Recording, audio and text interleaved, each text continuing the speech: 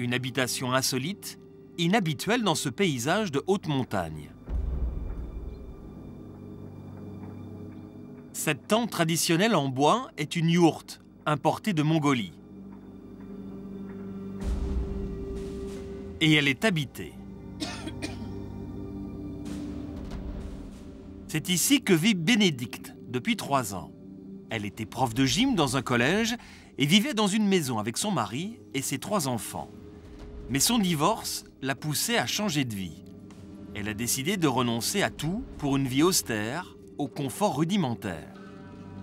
Ici, pas d'électricité ni d'eau courante.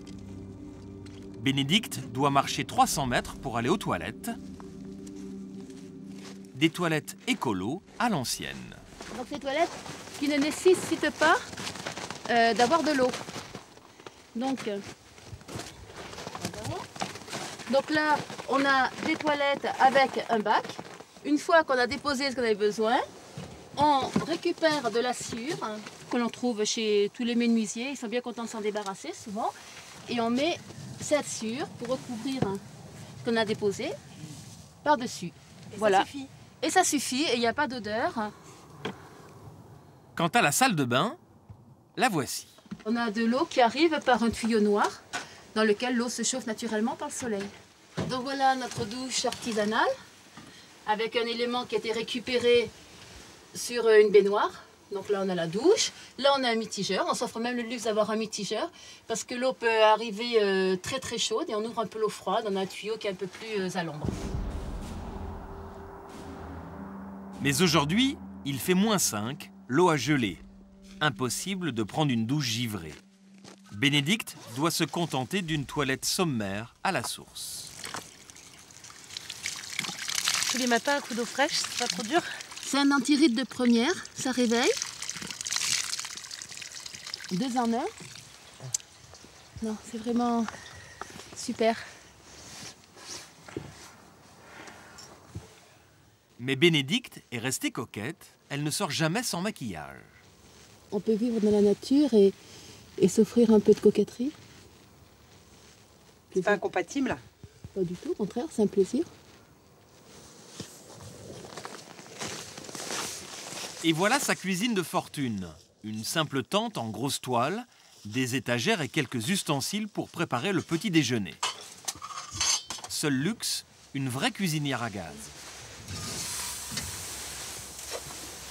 J'ai des couverts, des assiettes, des casseroles, donc tout ce qui est, voilà, tout ce qui est utile. Et puis la nourriture, je l'amène au fur et à mesure pour pas qu'elle gèle dans la tente, parce que comme l'eau était un petit peu gelée, là, parce qu'il n'a pas fait très chaud cette nuit. Il n'y a pas besoin de frigidaire? Non, surtout l'hiver. Une vie dépouillée que Bénédicte a pourtant choisie par conviction écolo. Moi, ce que je ressens, c'est que la planète, elle commence vraiment à étouffer par nos déchets, par nos comportements, par une industrie trop importante. On ne regarde pas, on produit, pour moi, aveuglément.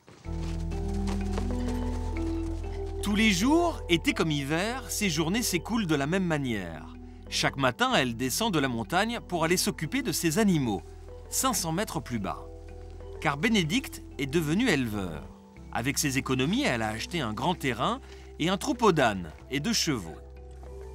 L'été, elle organise des randonnées pour touristes et accueille des groupes de jeunes en difficulté. Ces 2 activités lui assurent toute l'année un revenu de 1 400 € par mois. L'âne, c'est un animal qui est fabuleux. Il a plusieurs facettes. D'abord, c'est un super ami. Et puis, toujours très calme, toujours très doux. Moi, ça me fait beaucoup de bien, ça me pose. Fin de matinée, la neige se met à tomber. Bénédicte rentre chez elle. Les jours où il fait un temps épouvantable, vous dites pas qu'est-ce que je fous là? Je reste au chaud quand il y a un temps vraiment épouvantable. Du moment que les ânes ont bien mangé, bien bu, qu'ils sont à l'abri.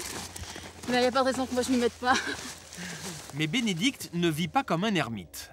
Ce midi, elle a de la visite. Coucou les filles. Coucou. Sa fille Lila et une amie sont venues déjeuner. Lila a 15 ans. Elle n'habite pas ici. Sa mère lui a loué un studio dans un petit village à quelques kilomètres de là. Et la jeune fille ne monte pas voir sa mère tous les jours. Qu'est-ce qui est difficile dans le fait de suivre ce mode de vie au quotidien? Qu'est-ce qui vous dérange? Je m'ennuie ici. Moi, mes passions, ça va plutôt être aller voir mes amis, ou alors écouter ma musique, ou faire ce qui me plaît, mais pas forcément rester dans la nature avec les animaux. Tout le monde mange de la salade? Et ce midi, Bénédicte accueille aussi 2 Chiliens de passage dans la région. Ils sont éleveurs de chevaux. Ils sont venus la conseiller en échange du gîte et du couvert.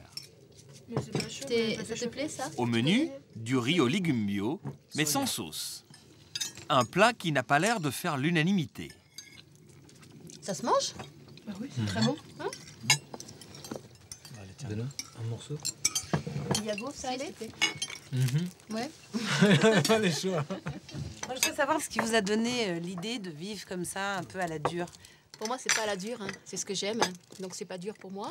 Pour moi, il y a un immense confort ici. Il y a la chaleur on est bien, on est entre nous et voilà, quoi de plus, quoi, pour être bien. Vous êtes un peu sauvage. Mais si sauvage, c'est être près de la nature, oui, je suis sauvage. Moi, être femme des bois. Et vous comprenez quand même le choix de votre maman d'être plus proche de la nature ou ça vous paraît un peu surréaliste? Elle fait ce qu'elle veut, hein. Elle a l'âge qu'elle a, elle est majeure. Et bah voilà, moi je sais qu'il y a l'appartement en bas, si j'ai pas envie de venir prendre ma douche ici qui sera pas forcément chaude, si j'ai pas envie de dormir dans la yourte, ou voilà. Je peux tenir ici quelques jours et puis après il faut absolument que je descende. Ça vous blesse pas? Pas du tout. L'important, je pense que c'est qu'ils connaissent ce milieu-là et puis après, ils en feront ce qu'ils voudront. Elle prendra la relève finalement, Lila. Je pense pas pour l'instant. Vivre en harmonie avec la nature demande des efforts, surtout en hiver et en haute montagne. Comme chaque jour pour Bénédicte, c'est la corvée de bois, mais aujourd'hui, il y a un petit problème.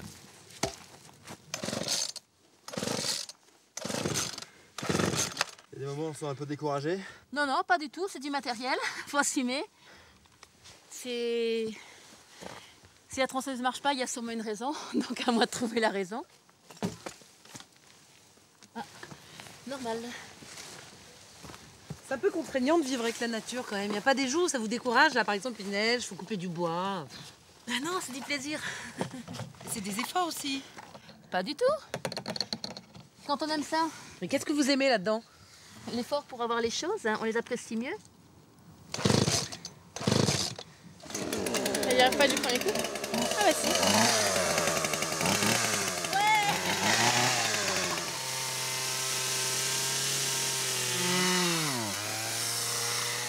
Il est 16 h, sa fille se prépare à redescendre au village. J'y vais moi. À plus tard. Plus tard. C'est là, ma chérie. Tu sens jusqu'à la maison? T'avais pas envie qu'elle reste avec vous un peu plus longtemps? Non, je ne vais pas avoir envie ou pas envie, c'est son choix. Pour moi, c'est essentiel. Je préfère qu'elle choisisse ce qu'elle a envie et qu'elle vienne toujours ici avec le sourire que de venir en se sentant obligée ou j'ai besoin d'elle ou voilà.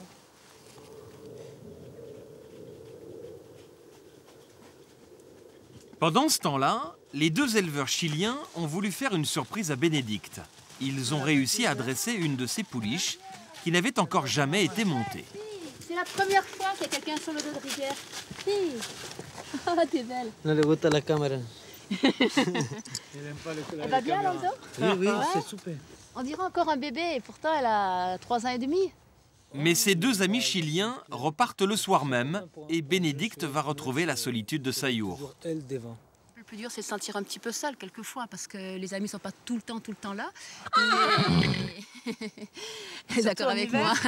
Voilà, surtout en hiver, mais c'est vrai qu'on est de plus en plus nombreux à partager ce style de vie, donc on se retrouve assez souvent.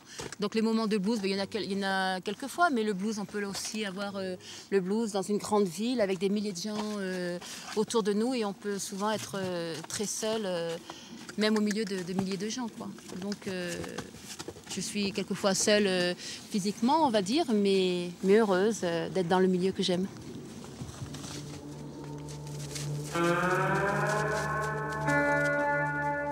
Bénédicte espère avoir la force et le moral pour continuer à vivre en pleine nature. C'est sa façon à elle de lutter contre la société de consommation.